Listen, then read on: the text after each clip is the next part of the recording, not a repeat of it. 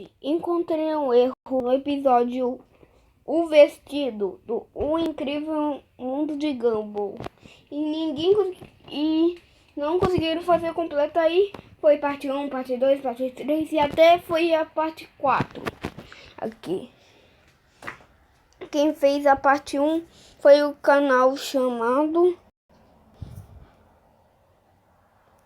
Caio David 1.1.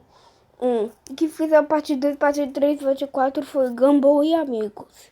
Mas o erro que está no episódio O Vestido parte 3 é que enquanto a Anaís fala e o Gumball fala que o Darwin acha que uma garota está apaixonada por ele, dá pra ver que o Gumball tá agarrando uma almofada.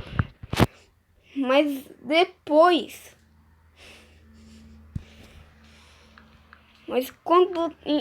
da Anaís falando nos 1 minuto e 38 segundos, olha, dá pra ver que o Gumball tava agarrando uma almofada, ela pequena, e como que a almofada fica grande para ele poder se esconder embaixo da almofada.